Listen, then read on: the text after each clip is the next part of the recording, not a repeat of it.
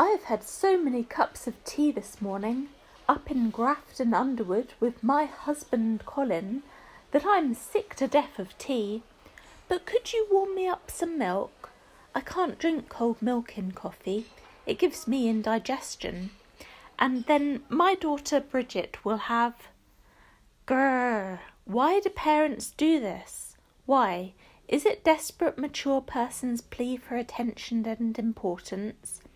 Or is it that our urban generation are too busy and suspicious of each other to be open and friendly? I remember when I first came to London, I used to smile at everyone until a man on the tube escalator masturbated into the back of my coat. Espresso, filter, latte, cap, half fat or decaf, snapped the waitress, sweeping all the plates off the table next to her and looking at me accusingly as if mum was my fault. Half fat, decaf cap and a latte, I whispered apologetically. What a surly girl! Doesn't she speak English? Huffed mum at her retreating back. This is a funny place to live, isn't it? Don't they know what they want to put on in the morning?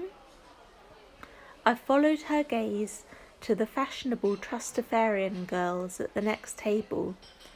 One was tapping at her laptop and wearing Timberlands, a petticoat, a Rastafarian bonnet and a fleece, while the other, in Prada stilettos, hiking socks, surfing shorts, a floor-length lambskin coat and Bhutanese herdsman's woolly hat with ear flaps, was yelling into her mobile headset.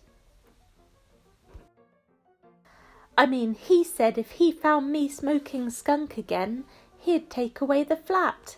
And I'm like, fucking daddy, while her 6-year-old child picked miserably at a plate of chips.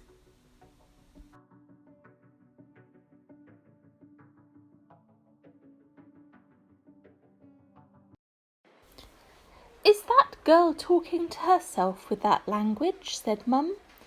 It's a funny world you live in, isn't it? Wouldn't you do better living near normal people?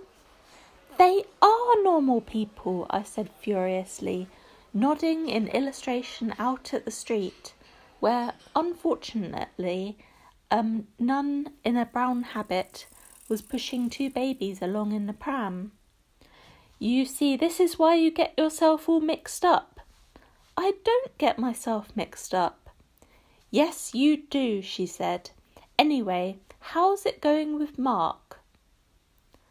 Lovely, I said moonily, at which she gave a hard stare. You're not going to you-know-what with him, are you? He won't marry you, you know. Grrr! Grrr!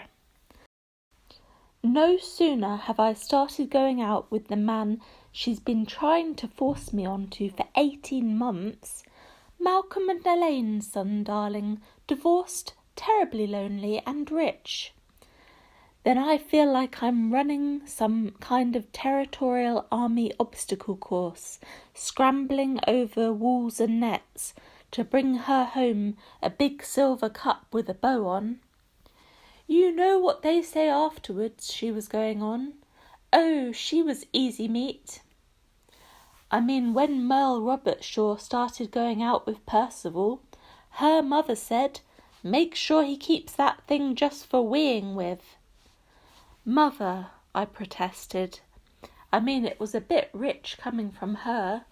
Not 6 months ago she was running around with a Portuguese tour operator with a gentleman's handbag. Oh, did I tell you? She interrupted, smoothly changing the subject. Una and I are going to Kenya. What? I yelled.